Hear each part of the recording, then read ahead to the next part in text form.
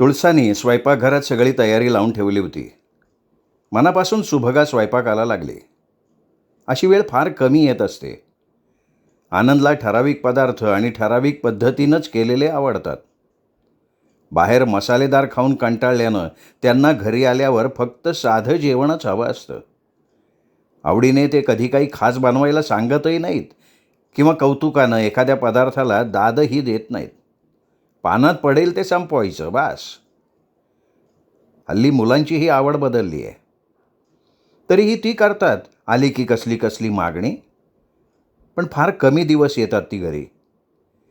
इतर पाहुणे आले की तुळसाच बघते स्वयंपाकाचं. त्यामुळे आपल्या हातानं बनवून कोणाला खायला घालावं अशी वेळ क्वचितच येते. तोही आनंद तिच्याकडून हिरावला गेलेला.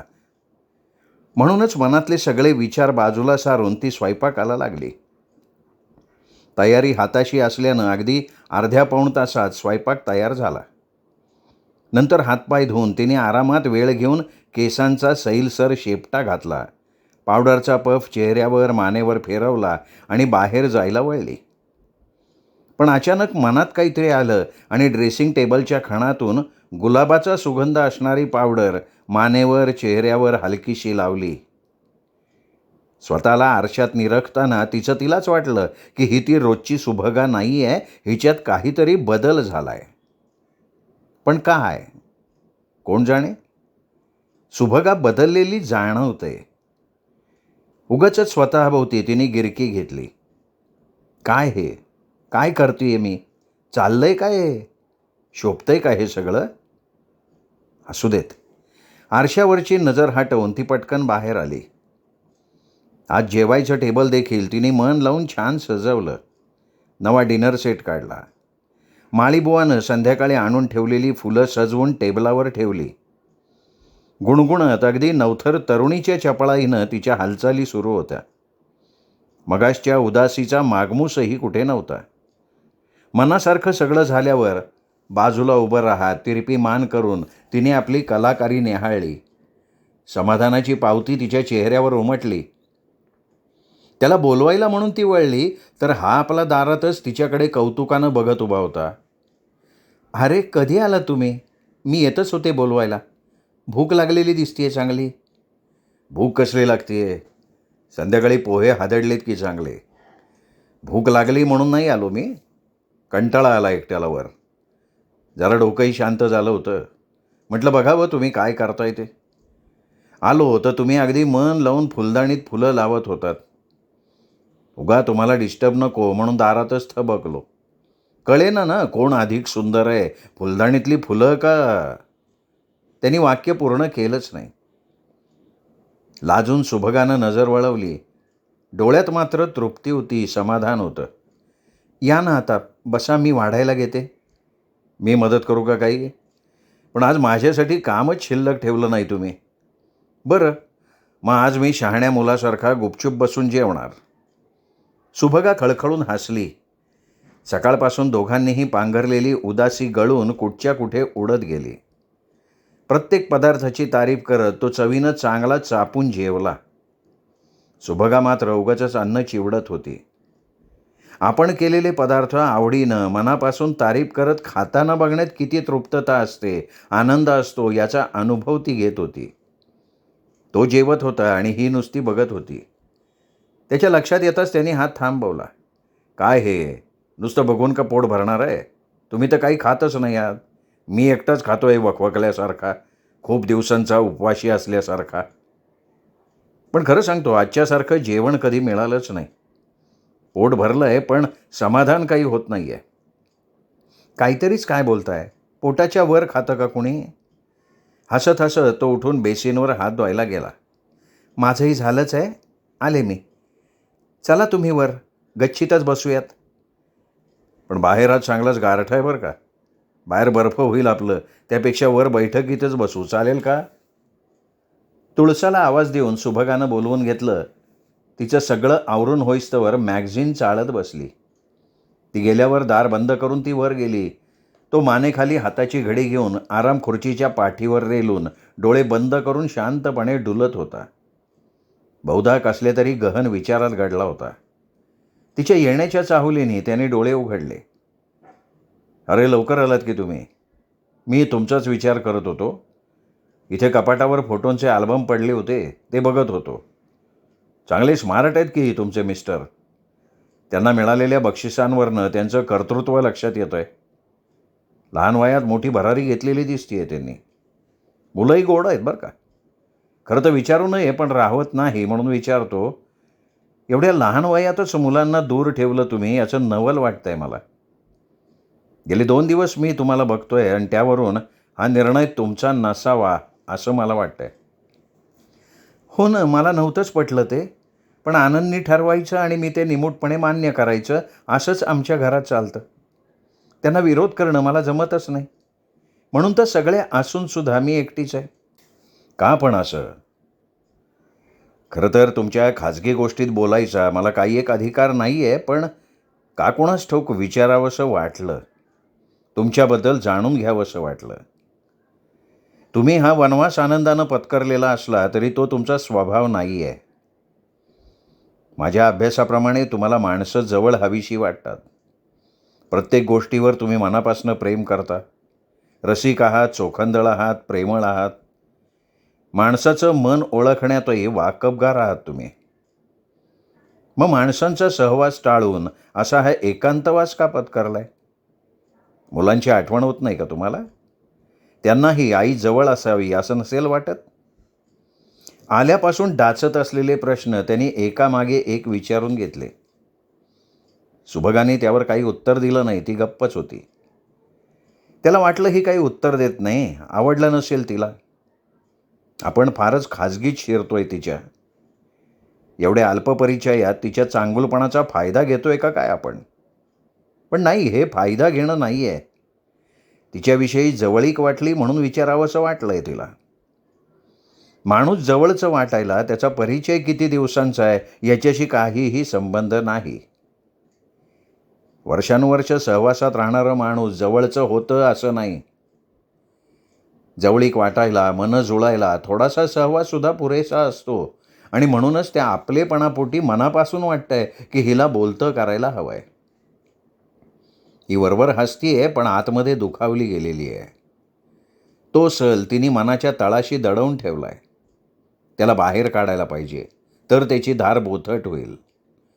त्यासाठी कुणाजवळ तरी हिला बोलतं व्हावंच लागणार आहे, तरच ते शक्य आहे. तिच्या हरणासारख्या टपोऱ्या डोळ्यात अधनंमधनं जाणवणारी ती दुःखाची, निराशेची छाया दूर व्हायलाच हवी आहे. हिने बोलायला हवं आहे अगदी मोकळेपणानं. पावसाळी ढगांना मुक्त बरसायला मायेच्या वाऱ्याची साथ हवी असते. हिलाही मायेचे 4 शब्द हवेत. ती सुंदर आहे, आकर्षक आहे, कवी मनाची आहे, पण तरीही तिच्या जगण्यात एक निराशेची किनार आहे. कोणीतरी हळुवारपणे ती दूर करायला हवी. ती एवढा वेळ त्याच्याकडेच बघत होती. त्याने विचारलेल्या प्रश्नांना उत्तरं शोधत होती. पण तो पुढे काही बोललाच नाही. आपल्याच विचारात गढून गेला. बोलता बोलता कसल्या एवढ्या गहन विचारात गाडलात तुम्ही? मी वर आले तेव्हाही तुम्ही कसले तरी विचारात गुंग होतात. तुमचाच विचार करत होतो. माझा? त्यात काय एवढा विचार करायचा आहे? बघताय ना तुम्ही मी किती ऐशोआरामात राहतेय ते. कसली कमी नाही की काही नाही. मस्त मजेत आहे मी. माझ्याबद्दल एवढ्या काळजीने विचार करावा असं काही नाहीच आहे. आणि किती प्रश्न विचारले तुम्ही मगाशी भराभरा, लक्षात सुद्धा नाहीत माझ्या. नाही असं म्हणून नाही चालणार. तुम्हाला उत्तरं द्यावीच लागतील. मैत्रीच्या नात्यानं विचारलेत मी प्रश्न. त्यातही माझा स्वार्थ आहे. आजवर मीही कधी कोणाजवळ फारसा मोकळा झालेलो नाही, पण तुमच्याजवळ बोलावं, आपलं मन मोकळं करावं असं खूप वाटतंय मला. म्हणूनच माझं मन मोकळं करण्याआधी तुमची सगळी कहाणी मला ऐकायची आहे. हवं तर माझ्यातला लेखक ते ऐकायला आतुर झाला आहे असं समजा. मी आल्यापासून बघतोय तुम्ही एकदाही माझ्यासमोर मुलांची, नवऱ्याची आठवण काढलेली नाही. हां, ओझरता उल्लेख तेवढा केला तुम्ही. मी सतत भटकत असतो. कितीतरी माणसं मी पाहिली आहेत. त्यांना ओळखण्यात माझी कधी चूक होत नाही. त्यांच्या चेहऱ्यावरून, बोलण्यातून, हावभावातून मला माणसं ओळखता येतात. त्यांची मनं बऱ्यापैकी वाचता येतात. त्यांच्याच नजरातून मी ती वाचतो. संसारी बायका कायम आपला नवरा, आपली मुलं याशिवाय दुसऱ्याही विषयावर बोलतच नाहीत. बोलणं कुठल्याही विषयावर चाललेलं असलं तरी ओढून ताणून त्या पुन्हा इकडून तिकडून त्याच विषयावर येतात आणि त्यात काही विशेष नाही आहे. अगदी सहजपणे घडतं ते. ते जाणून बुजून नाही करत तसं. ती त्यांची माया, प्रेम, ओढ असतं. पण मी बघतोय तुमचं तसं नाही आहे.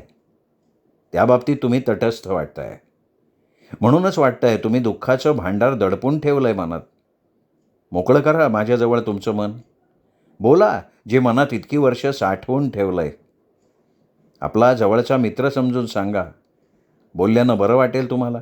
मन मोकळं होईल तुमचं. ती थक्क होऊन त्याच्याकडे बघत होती. तोंडातून शब्द फुटत नव्हता. यांनी कसं सगळं नेमकं हेरलं? आजवर असं विचारणारं, ज्याच्याजवळ मन मोकळं करावं असं कोणी भेटलंच नव्हतं. 2 दिवसांच्या ओळखीत यांनी कसा काय आपल्या मनाचा तळ गाठला? कोणाबद्दल आत्मीयता वाटल्याखेरीज काही हे शक्य नाही आहे. खरोखर खूप जवळच्या मित्रासारखा वाटतोय हा. बोलून मोकळं व्हावं याच्याजवळ, मन हलकं करावं. आजवर कधी कोणाजवळ असं बोलावंसं वाटलं नव्हतं, पण आज मात्र वाटतंय. बोला बोला, बिनधास्त बोला तुम्ही. त्यातला एकही शब्द इकडे तिकडे जाणार नाही. सहज म्हणालो होतो मी. याबद्दल एक अक्षरसुद्धा मी नाही लिहिणार. का उगाच स्वतःला त्रास करून घेताय तुम्ही? एकदा मनातलं सगळं बोलून टाकलं की बघा किती मोकळं वाटेल तुम्हाला.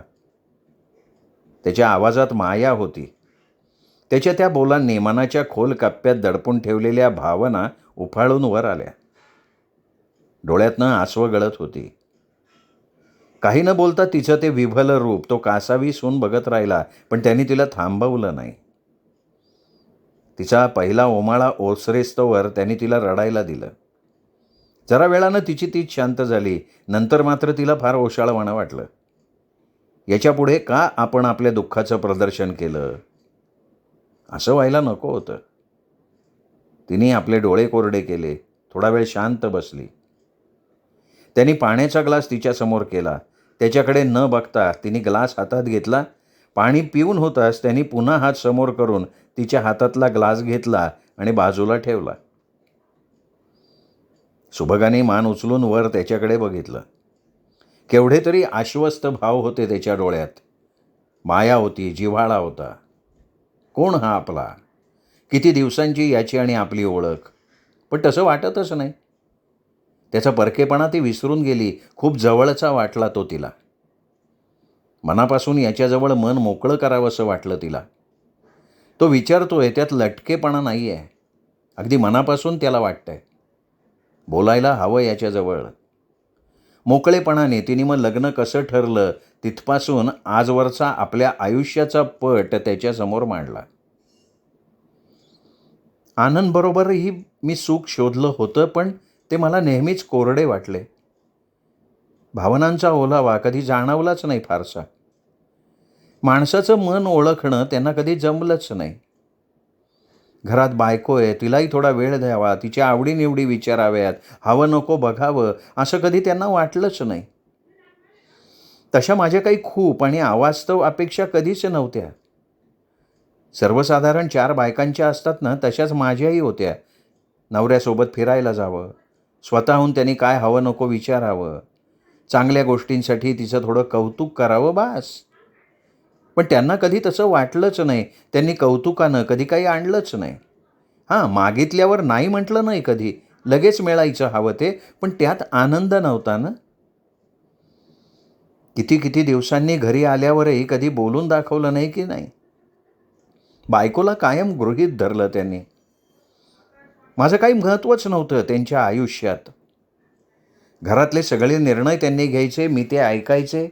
बाहेरून आल्यावर माझी इच्छा असो नसो, जवळ असेस्तोवर ओरबडून हवं ते सुख मिळालं की झालं. बायकोच्या मनाचा विचार कधी करायचाच नाही. बोलता बोलता सुभगा एकदम थबकली. हे काय बोलून बसलो आपण बोलण्याच्या नादात, तेही एका पुरुषासमोर. हे नको होतं आपण बोलायला. काय वाटेल याला? उद्या हा आपल्या वाटेने निघून जाणार. आपल्या दुःखाशी काय याला देणं घेणं आहे? उगीच त्यांनी भरीला घातलं आणि आपण काय वेड्यासारखं बोलत सुटलो. त्याच्यासमोर नको ते बोलून बसलो, चूकच झाली. संकोचाने तिचा चेहरा आक्रसला. तो अजूनही तिच्यावर नजर खिळवून तिचं बोलणं मनापासून ऐकत होता. तिचा संकोच त्याच्या लक्षात आला. तो जागेवरून उठून तिच्यासमोर गुडघे टेकून बसला. ती एकदम घाबरली, बावरली. या 3 दिवसात पहिल्यांदा तो तिच्या इतक्या जवळ येऊन बसला होता. तिच्या छातीत धडधडायला लागलं. चेहरा लालबुंद झाला. आता काय करणार हा? उगाच आपण असल्या अनोळखी माणसावर विश्वास ठेवला. आता घरात कुणीही नाही. तुळसाही काम संपून घरी गेली आहे. माळीबुवासुद्धा आता झोपले असतील. वाघ्या, शेरू बाहेर अंगणात आहेत. दारं सगळी बंद आहेत. शेजारी जवळपास कुणी नाही. तिच्या डोळ्यात भीती दाटून आली. काय करावं सुचत नव्हतं. डोळे भरून आले. गालांवरनं आसवं खाली ओघळायला लागली. त्यांनी पटकन तिचा हात हातात घेतला. घाबरू नका तुम्ही.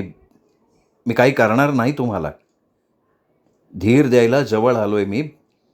डोळे पुसा. शांत व्हा. घाबरू नका. चटकन उठून तो खिडकीतून बाहेर बघत राहिला. सुभगानं निश्वास सोडला. डोळे पुसले. मनातले सगळे वाईट विचार झरझर पुसून टाकले. बापरे, क्षणभरासाठी काय काय आलं आपल्या डोक्यात. काय हे भलतंच आलं आपल्या डोक्यात. तसला माणूस नाही वाटत आहे हा. फायदाच घ्यायचा असता तर गेल्या 2 रात्री होत्या की त्याच्या हातात. काहीही करू शकला असता तो. खरंच तो म्हणतोय तसं मित्रत्वाच्या नात्यानं आपण आपलं मन त्याच्याजवळ मोकळं केलं. तो पण तर तेच निभावत होता. आतापर्यंत एकदाही त्याने आपली मर्यादा सोडली नव्हती. आपल्या वागण्याने काय वाटलं असेल त्याला. डोळ्यातून मन वाचण्यात तो तरबेज आहे. दुखावला असणार तो. सुभगा उठून त्याच्याजवळ गेली. पाठमोऱ्या त्याला बघत राहिली. नंतर हळूच तिने आवाज दिला, धनंजय. पहिल्यांदा तिने त्याला नावानं साद घातली होती. तो चटकन वळला. त्याच्या डोळ्यात आनंद, आश्चर्य असे मिश्रित भाव बघून तिच्या चेहऱ्यावर हसू पसरलं. रागावलात? नाही, कशासाठी? उलट तुम्ही मला नावाने हाक मारली हे बरं वाटलं मला. मी कधीची वाट बघत होतो. तुम्ही कधी मला नावानं हाक मारता यायची. बरं वाटलं. मैत्रीत औपचारिकता नकोच, नाही का? हो ना, मग दुसऱ्यांनीही ते पाळायला हवं. बऱ्याच वेळानं तो मोकळा खळखळून हसला. हे त्याचं खरं रूप होतं. चेहऱ्यावर उदासपणा, गंभीरता त्याला शोभत नव्हती. खिडकीतून गार वाऱ्याचा झोत आला तसा अंगावर थंडीनं सरसरून काटा आला. सुभगानं अंगावरची शाल घट्ट लपेटून घेतली. कॉफी घ्यायची गरमागरम? वा, घेऊ की, अगदी आनंदानं. आणते पटकन करून. मी आलो तर चालेल खाली? इश्य, विचारताय काय? चला की. आपण कॉफी मी करणार बरं का. बघा घेऊन तुम्ही कशी मस्त बनवतो ते. चालेल की. त्याला कॉफीसाठी सगळं काढून देऊन ती टेबलाजवळ खुर्ची ओढून बसली. तो अगदी मन लावून कॉफी बनवत होता.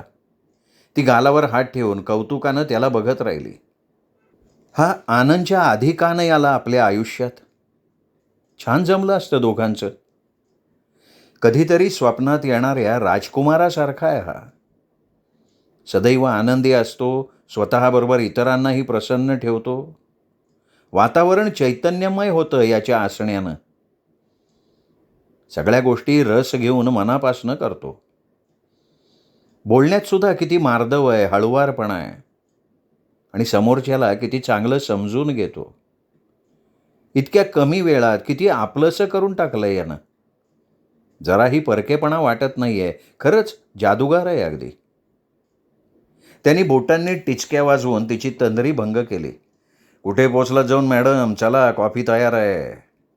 हसत हसत त्यांनी एक हात मागे बांधून नाटकीपणे कप तिच्यासमोर धरला. वा, मस्त वास येतोय हां. चला वरच बसू आरामात कॉफी घेत. जशी मालकीणबाईंची आज्ञा. असं म्हणत दोन्ही कप ट्रेमध्ये ठेवून लांब लांब टांगा टाकत तो स्वयंपाकघराच्या बाहेर पडला. त्याचा तो आविर्भाव बघून सुभगा खुदकन हसली. तीही त्याच्या पाठोपाठ निघाली. तेवढ्या झरझर पायऱ्या चढून तो वर पोहोचला सुद्धा. दोघांचेही मूड आता जरा खुलले होते. वागण्यात आणखीन मोकळेपणा आला होता. कॉफीचा एक घोट घेताच तिची दाद आली. वा, खरंच खूप मस्त झाली हां कॉफी. एकदम 100 गुण तुम्हाला. मला कॉफी मनापासून आवडते. पण सोबत कॉफी घेणारं कोणीतरी हवं का नाही? एकट्याने कॉफी पिण्यात नाही मजा. घरात सगळ्यांसाठी चहाच व्हायचा, मग मी पण चहाच घ्यायला लागले. मला पण आवडते बरं का कॉफी. पण कधी-कधी म्हणजे मूड बनेल तेव्हा. एरवी आपला ग्रामीण बापडा चहा. आता एक प्रॉब्लेम मात्र होणार, कॉफी घेतल्यानं लवकर झोप काही येणार नाही. मग चांगलंच आहे की गप्पा मारत बसू. उद्या तुम्ही जाणार म्हणताय, पुन्हा भेट कधी होणार आपली? आणि मला असं पुन्हा कधी मन मोकळं बोलायला मिळणार? नाही का? आपण अगदी त्याच्याच सारखं नाही का म्हणालो हे लक्षात येताच तिला हसू आलं. का हसलात का? माझी कटकट उद्या संपणार म्हणून का काय? नाही हो. 2च दिवसात तुमच्यासारखं नाही का म्हणायला शिकले म्हणून एकदम हसायला आलं मला. मला तुमची कटकट वाटतीये असं एकदा तरी दिसलं का तुम्हाला माझ्या वागण्यातून? सुभगानं लटका रुसवा आणून रागावल्याचा आविर्भाव केला. बरं बरं बरं चुकलं माझं असं म्हणत त्यांनी स्वतःच्या कानांना हात लावले. त्याच्या नाटकीपणाची तिला गंमत वाटली. काय हे अगदी लहान मुलासारखे कान पकडताय? हां, मूल म्हणालात म्हणून आठवण आली. तुम्ही तुमच्या मुलांबद्दल काही सांगितलं नाही. काय सांगणार हो? त्यांच्या आठवणींवर तर जगतीये. ज्या वयात त्यांना आईचा लळा लागावा, त्यांच्यावर आईचे संस्कार व्हावेत, त्यांनी आईजवळ हवं नको सांगावं, त्याच वयात त्यांना उज्ज्वल भविष्य आणि उत्तम शिक्षणासाठी लांब ठेवलं गेलं. लांब गेली मुलं आईपासून आणि त्या वेदना फक्त आईला कळतात. इतक्या लहान वयात त्यांना दूर पाठवताना मला किती वाईट वाटलं असेल, दुःख झालं असेल, याचा विचार आनंदने कधीच केला नाही, की त्यानंतर माझ्या दुःखावर फुंकर घालावीशी वाटली नाही त्यांना. गाईचं वासरू गाईपासून लांब नेताना वासराचं हंबरणं सगळ्यांना दिसतं हो, पण गाईचा विचार कोणाच्याही मनात येत नाही. डोळ्यात कारुण्य भरून मुकाटपणे बघणाऱ्या गाईचं दुःख नाही कळत कोणाला. माझ्याही बाबतीत तेच झालं. त्यावेळी इथे शिक्षणाच्या फारशा चांगली सोयी नसतीलही कदाचित, पण आता तर झाल्यात सगळ्या सोयी. चार चौघांसारखी ती दोघंही इथे शिकू शकली असती. पण जवळ पैसा असणाऱ्यांसाठी दाही दिशा मोकळ्या असतात. मुलं इतक्या लांब आहेत की नाताळचे 8 दिवस आणि उन्हाळ्यात महिना दीड महिना येतात. पण त्यांना आता तिकडची इतकी सवय झाली आहे की त्यांना इथे करमतच नाही. 2 दिवस आईच्या अवतीभोवती थोडं बागडतात, रानात भटकतात, पण लगेच त्यांना बोर व्हायला लागतं. इतक्या लहान वयापासून तिकडे राहण्याची, तिथल्या नियमांची, शिस्तीची सवय झाली आहे त्यांना, की इथे एवढ्या मोकळ्या वातावरणात त्यांना नाही करमत. सुरुवातीला म्हणजे हॉस्टेलला जाण्यापूर्वी आनंद मुलांना फार कमी दिसत. त्यामुळे मुलं माझ्या अवतीभोवती असत. आईच त्यावेळी त्यांचं विश्व होती. मी आनंदला म्हणायचे सुद्धा की मुलांसाठी तरी थोडा वेळ देत जा, नाहीतर मुलांना तुमचा लळा लागणार नाही. पण ते त्यांना कधी पटलंच नाही. सुरुवातीला सुट्टीत मुलं आली की मला काय करू आणि काय नाही असं व्हायचं. ते जे म्हणतील ते मी करून द्यायची. त्यांना जसं हवं तसं सगळं करायची. सतत माझ्या जवळ असायची मुलं. पण आनंदला ते सुद्धा फारसं आवडत नसे. ते मला सारखे म्हणायचे की त्यांना असं लाडवून ठेवू नकोस, नाहीतर परत जायला मुलं तयार होणार नाहीत. मी त्यावर म्हणायची की असू दे त्यांना इथे मग. मुलं घरात असले की घर भरल्यासारखं वाटतं, जिवंतपणा येतो घराला. बोलता बोलता ती गप्प झाली. तिचे डोळे भरून आले. मुलांच्या आठवणींनी घशाशी दाटून आलं. थोड्या वेळात तिने स्वतःला सावरलं आणि पुन्हा बोलायला लागली. पण नेहमीसारखं आनंदनी मला मूर्खातच काढलं. त्यांचं म्हणणं हेच की स्वतःला बरं वाटावं म्हणून मुलांच्या आयुष्याचं नुकसान का करायचं? माझा स्वार्थ मी सोडायला हवा. मला नेहमी म्हणायचे की मुलांच्या भविष्याचा विचार करायला शिक, स्वतःपुरतं बघू नको. मला गप्प करायला त्यांना वेळच लागत नसे. तुम्ही नाही गेलात कधी मुलांची शाळा बघायला? सुभगानं नकारार्थी मान हलवली. याला सांगावं का नाही पुढे याचा क्षणभर विचार केला. आज पहिल्यांदा ती असं दुसऱ्या कोणाजवळ हे सगळं बोलत होती. आजवर सगळं काही तिने आपल्या मनात दडवून ठेवलं होतं, त्यामुळे आतल्या आत ती कुढत असायची. पण आता नाही. आज सगळं बोलून मोकळं व्हायचं हे ठरवून तिने पुन्हा बोलायला सुरुवात केली. मला कधी नेलंच नाही हो आनंदने. फक्त सांगायचे मला महागडी शाळा आहे, तिथे किती चांगल्या फॅसिलिटीज आहेत. त्यांचं म्हणणं की तिथे ॲडमिशन मिळणं कठीण असतं. मला कशाची काही किंमतच नाही. आनंदचं मलाच बोल लावणं असायचं की मला मुलांना माझ्यासारखं 4 भिंतींच्या आत डांबून ठेवायचं आहे. मला म्हणायचे, तुझ्यासारखं मुलांना घरकोंबडं नाही करायचं. मुलांना जगात वावरायचं आहे. त्यांना धीट बनवायचं आहे. मला खूप शिकवायचं आहे त्यांना. मला नको होतं का हो ते सगळं? मलाही मुलांची प्रगती व्हायला हवी होती. पण कितीही जीव तोडून सांगितलं तरी फायदा नसायचा. मग उगाच वितंडवाद घालण्यापेक्षा गप्प बसणं, हे शिकले मी.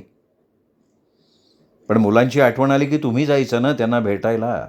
असं आतल्या आत जळत बसण्यात काय अर्थ आहे? नेणार कोण मला? आनंद नेहमी परस्पर खाऊ खेळणी घेऊन स्वतःच त्यांना भेटून यायचे. मी विचारलं तर जाऊ म्हणायचे कधीतरी नंतर. मी आत्ताच जाऊन आलो आहे असं म्हणायचे. पण आजपर्यंत कधी ते आलेच नाहीत. मागे लागलं तर चिडतात. म्हणतात सारखं सारखं गेलं तर मुलं डिस्टर्ब होतात. तुला कळत कसं नाही? असं काय म्हणताय हो तुम्ही? पण तुम्ही स्वतः का नाही जाऊन येत मग एखाद्या वेळी? मी आणि एकटी? अहो, गावात राहत असताना सुद्धा मी इकडे तिकडे एकटी गेलेलं यांना चालत नसे, म्हणून तर मला कॉलेज नाही जॉईन करता आलं. आणि आता तर सवयच नाही मला. ठीक आहे ते. तुम्ही प्रत्येक बाबतीत मन मारताय स्वतःचं. काय करणार? घरात राहायचं आहे ना मला. उगाच आनंदचा नसता रोष ओढवून घेणं परवडणार नाही मला. मुलं वर्षातनं 2दा का होईना पण भेटतात, 4 दिवस जवळ राहतात. बास झालं. मुलांचं सगळं बरं चाललंय. ती हुशार आहेत एवढं मला कळतं. आणखीन काय हवं आहे? तेवढ्यावर समाधान मानायची सवय लावून घेतली आहे मी स्वतःला. सुरुवातीला 4-2 वर्ष माझ्यासाठी फार कठीण गेली. रडून रडून रडणार तरी किती ना? आणि मनातलं दुःख बोलून मोकळं करायला घरात दुसरं कोणी नव्हतंच. आजी होत्या तोपर्यंत त्या होत्या मला सगळं सांगायला. खूप माया होती त्यांची माझ्यावर. पण आता तसं कोणीच नाही आहे. नोकरा-चाकरांजवळ बोलायला मला आवडत नाही. अण्णांना तर अजिबात नाही. आता मुलं मोठी झाली आहेत. त्यांना आईपेक्षा आता बाबा जवळचे वाटतायत. मनातलं सगळं मुलं त्यांच्याकडे बोलतात. हवं नको त्यांच्याकडे मागून घेतात. आणि आता तर मन माझं गोठूनच गेलं आहे. वाईट तरी किती आणि कशाचं वाटून घ्यायचं नाही का? मी मुलांच्या आठवणी त्यांची वाट बघत दिवस काढायचे आणि त्यांना आल्या आल्या जायचे वेध लागणार. आता मी फार कोरडी झाली आहे हे माझं मला जाणवतं आहे. मग मन रमवायला पुस्तकांमध्ये शिरून बसते. भोवतीच्या निसर्गात आसरा शोधते. बोलावं, आसरा वाटावा असं कोण सापडणार हो या आडरानात मला? गडी माणसं येतात, बोलतात. त्यांच्याशी जरा वेळ बोलावं, त्यांचं दुखलं खुपलं विचारावं, त्यांच्या मुलाबाळांची चौकशी करावी, त्यांना शक्य होईल तेवढी मदत करावी, झालं. पण त्या सगळ्यांना मात्र माझ्याबद्दल फार जिव्हाळा आहे. माझं दुःख मी न बोलता जाणतात ते सगळे. त्यांच्या परीने मला जपायचा प्रयत्न करतात. आणखीन काय सांगू? आता हेच माझं प्राक्तन आहे. त्यात बदल नाही. बाहेरची पाहुणे मंडळी येतात पण त्यांचं बोलणं, वागणं औपचारिक तेवढ्यापुरतं. आज तुम्ही आलात, माझी दुखरी नस पकडलीत, मला बोलतं केलं म्हणून पहिल्यांदा मी हे सगळं बोलले. पण माझं आईचं मन तडफडत असतं हो आतल्यात. आपली बाळं आपल्यासाठी पाहुणी व्हावीत यासारखं दुःख नाही बघा बाईच्या जीवनात. पुढे बोलणं सुभगाला शक्य झालं नाही. तिचा आवाज भरून आला. डोळ्यात तर पावसाळी ढग जमले होते.